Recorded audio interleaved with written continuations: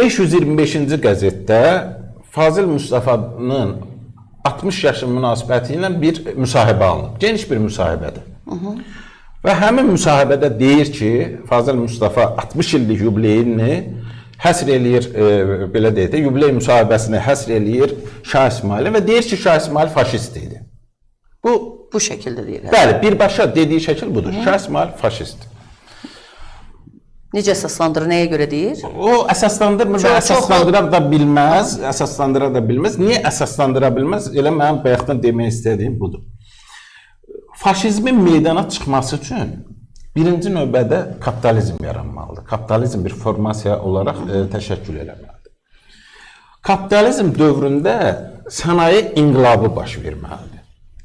Bu sənaye inqilabları iki cərəyan ortalığa çıxartmalıdır. Bir, millətləri yaratmalıdır, milli kimlik yaratmalıdır və bu demək tendensiya özlüyündə millətçilik cərəyanlarını yaratmalıdır. Bu birinci istiqamət. Millət yoxdursa, millətçilik də yoxdur. Milli kimlik yoxdursa, millətçilik də yoxdur. Bu çox sadə tarixin dialektikasının əsaslandırdığı bir yanaşmadır.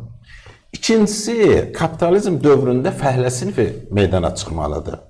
Həmin fəhlə sinifinin hüquqları, onların əmək münasibətləri, kapitalla münasibətləri sol ideyalar, sosialist dünya görüşü yaratmalıdır. Beləliklə, həmin o solçu dünya görüş, sosialist ideya birləşməlidir millətçiliklə və bundan doğmalıdır faşizm, yəni nasional sosializm. Hitlerin partiyasının adı nasional sosializm idi. Bəli, bəli. Deməli, əgər kapitalizm yoxdursa, sənaye inqilabı yoxdursa, faşizm də yoxdur. Millətçilik yoxdursa, sosializm yoxdursa, faşizm meydana çıxa bilməz. Faşizmin meydana çıxmasının bir tarixi bazası var. Şah İsmail orta əsrlərdə yaşamış bir Azərbaycan hökmdarıdır. 1501-ci ildə taxta çıxıb, 1524-cü ildə də vəfat edir. Amma da çox adamları keçirib də, peki ona görə deyirlər. Bir gələrik ona. Həmin dövrdə kapitalizm yox idisə, millətçilik yox idisə, sosializm yox idisə, nasional sosializm yox idisə, bu o deməkdir ki, Şah İsmail'a faşist demək sadəcə və sadəcə savadsızlıq əlamətidir.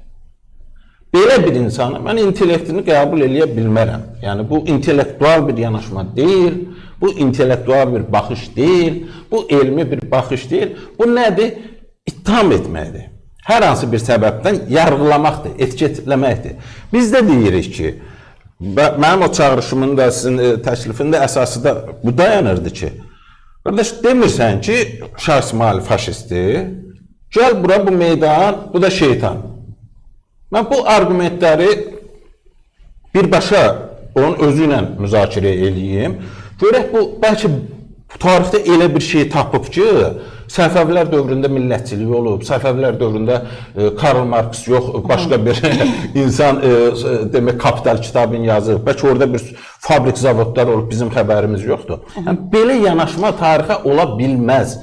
Bizim anlatmaq istədiyimiz, izah eləmək istədiyimiz birinci məsələ bundan ibarətdir. Digər suallarınız varsa buyurun. Digər sualım elə oydu. Dedim ki, yəni ola bilsin ki, deyib da, yəni bizim dilimizdə var, o qədər detallarına, dərinliyinə varmadan deyirik ki, filan kəs faşistdir. Çünki çoxlu sayda insanı, həm də Şah İsmailin dövründə qılıncdan keçibdir da, yəni bunu etiraf etməliyik.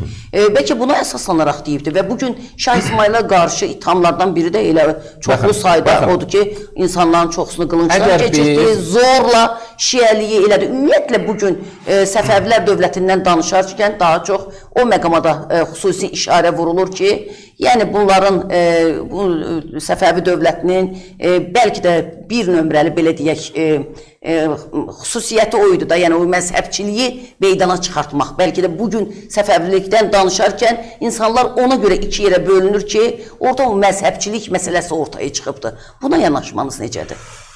Çox sağ olun. Deməli, mən öncə tamaşaçılardan bir xahiş eləmək istəyirəm ki, kimin nə sualı varsa yazsınlar həm də. yazsınlar, biz onu rəylərdə yazsınlar. Amma təhqirlə yox, biraz düşünərək, biraz biz burada heç kim təhqir eləmirik, özümüz də təhqir eləmirik ki, heç kimisə. Ümumiyyətlə, mənim fikrimdə tarix ibadətxanada deyil, o tam olunacaq bir hərbi hədəf də deyil. Yəni, bu ikisinin arasında bir pozitiv yanaşma var.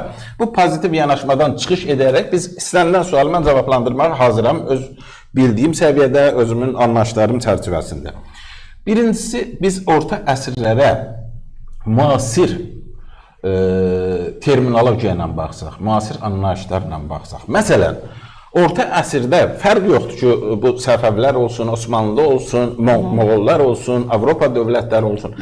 Hər hansı bir müharibəni götürsək, hər hansı bir dövlətin təşkil olunmasını götürsək, və orada olan hadisələri, deyək ki, Cenevre konvensiyaları ilə tutuşdursaq, onda orta əsrlərdə nə qədər şah varsa, nə qədər imperator varsa, onlar hamısına biz bugündən çox rahatlıqla cinayətkar deyə bilərik. Çünki bugünün o müharibə anlayışları beynəlxalq hüquqla tənzimlənir. O zaman beynəlxalq hüquq var idi mi? Yox idi. Cenevre konvensiyaları var idi mi? Yox idi. Ona görə bugünkü terminologiya ilə, bugünkü baxışla, bugünkü düşüncə tərzi ilə biz orta çağları müzakirə eləyə bilmərik və hətta tədqiq eləyə bilmərik. Biz Şah İsmailin öz dövrünün anlayışları ilə, o dövrün reallıqları ilə ona qiymət verməliyik. Ona qiymət verməliyik.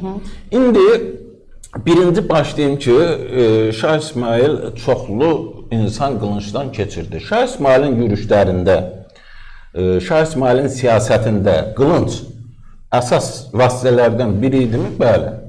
Orta çağlarda bütün müharibələr qılıncla həyata keçirilir. Müharibələri yox. Ümumiyyətlə, orta çağların hakimiyyətinin əsas atributlarından biri qılınc idi.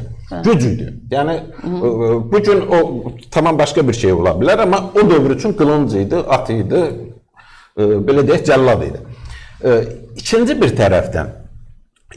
tərəfdən biz baxmalıyıq ki, ümumiyyətlə Səfəvilər nəyi təmsil eləyirlər? Hansı prosesi təmsil eləyirlər? 1500-cü ildə Ağqoyunlu dövləti rəsmi şəkildə iki yerə bölünmüşdü. Şah İsmail Ağqoyunlu ərazisində anadan olmuşdu və indi biz o vətəndaş deməyək ona, çünki o vaxt vətəndaşlıq anlayışı yox idi. Ancaq belə də bu bizim cəmiyyətin, elə özümüzün də fikrimizi izah eləmək nöqteyi nəzərindən Ağqoyunlu dövlətinin təbəsi idi deyək. Və Ağqoyunlu dövləti iki yerə parçalanmışdı. Və bu təhcə iki yerə parçalanmamışdı. Qızılüzən demək çayı idi, ondan şimala bir Ağqoyunlu şahzadəsi hökmdarlıq eləyirdi, cənuba biri. Strateji bir baxış nümayiş elətdirdilər. İndi mən bu baxışı ayrıca təhlil edəcəm, çox xahiş edirəm ki, yadıma salarsınız.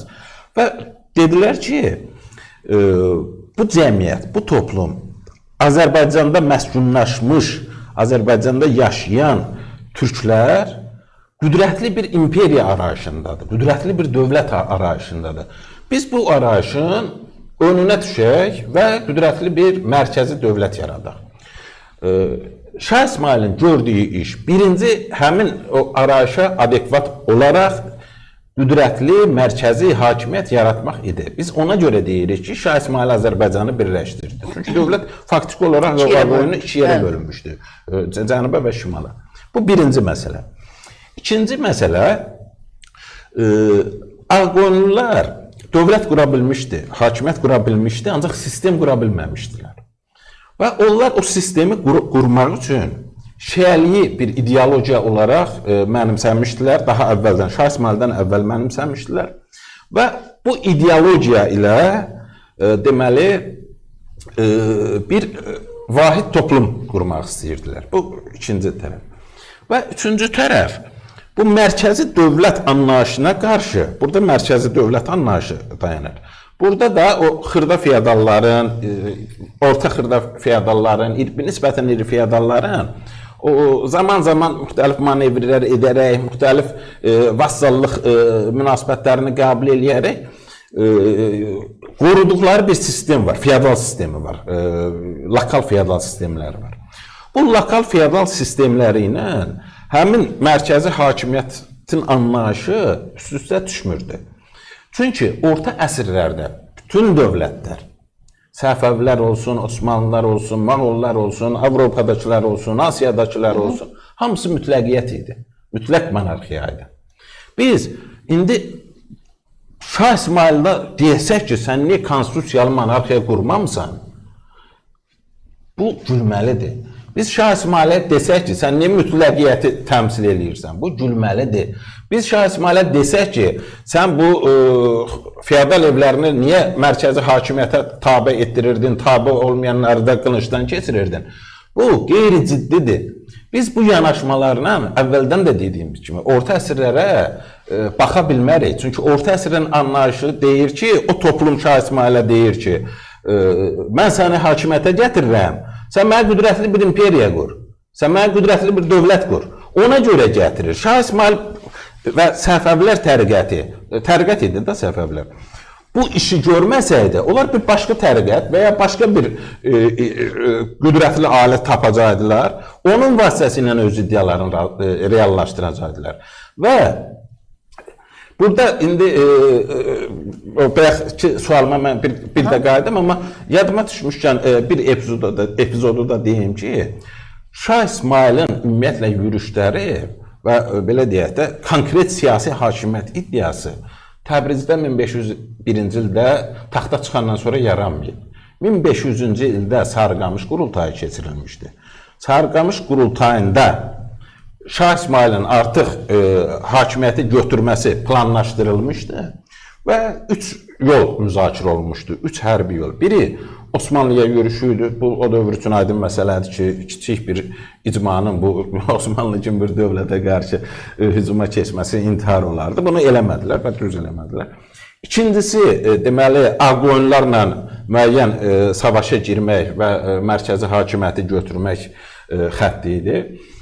Üçüncü ən ağıllı yol, yəni biz hərbi taktiki nöqteyi nəzərdən götürsək, Şirvanşahlara hücum eləmək idi. Və indi mən Facebook'da da baxıram ki, bu Şirvanşahlarla bağlı bir təbliğat gedir. Birinci, Şirvanşahlar öz mənşəyi etibarı ilə Türk dövləti deyildi.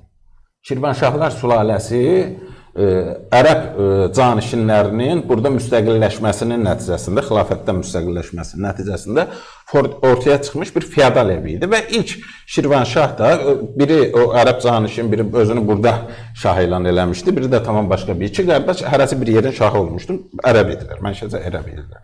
Və həmin dövrdə bunların dili də, rəsmi dövlət dili də əvvəlcə Ərəbi idi, sonra deməli ilkin farsça deyək də, yəni o qədim fars dillərindən biri idi. Və bu buradakı onların 3 qolu var, Şirvanşahların, Məziyyədilər, Kəsranilər, Dərbəndilər. Bu Məziyyədilər birbaşa deyirdi, biz Ərəbiyik. Kəsranilər də özünü İran identifikasiyası ilə demək eyniləşdirilmişdi. İndi ona görə demək ki, Şah İsmail bura İrançılıq gətirdi, yoxsa biz burada nə bilim türkçü bir dövlət qurmuşdu Şirvanşahlar. Bunların heç bir elmi əsası yoxdur. Və ən ciddi argumentlərdən biri budur ki, bax mən sizə bir dənə misal dedim. 1500-cü ilin yayında Sarıqamış qurultayında kimlər iştirak eləyibdi? Usulasılar iştirak eləyib, Şamlılar iştirak eləyib, Qacarlar iştirak eləyib, türkmənlər, təkə türkmənlər iştirak eləyib. Müxtəlif, yəni bizim xalqımızın etnogenezində iştirak eləyən o Azərbaycan türk mənşəli tayfalarının hamısı oradaydı. Və Sarıqamışdan sonra ümumiyyətlə də, yəni Şah İsmail yürüşə başlayanda Qarabağa və Göyçüyə demək xəbər göndərmişdi ki, biz artıq savaşa başladıq, Qızılbaşlar gəlsin, biz yürüşə çıxırıq, gəziyə çıxırıq. Və bu da onu göstərir ki, Şah İsmail o deyildiyi kimi hamını qılınc gücünə şiələşdirməyib. Onların çox ciddi şəkildə təbliğat sistemi var idi. Və həmin təbliğatla artıq burada, Qarabağda da, Göyçədə də, yəni Quzey Azərbaycan ərazilərindən gedir, ciddi bir şiə deməli sektaları var idi. Halbuki onlar birbaşa Şah İsmailin hakimiyyət yürüşünə qoşularaq dəstək verdilər.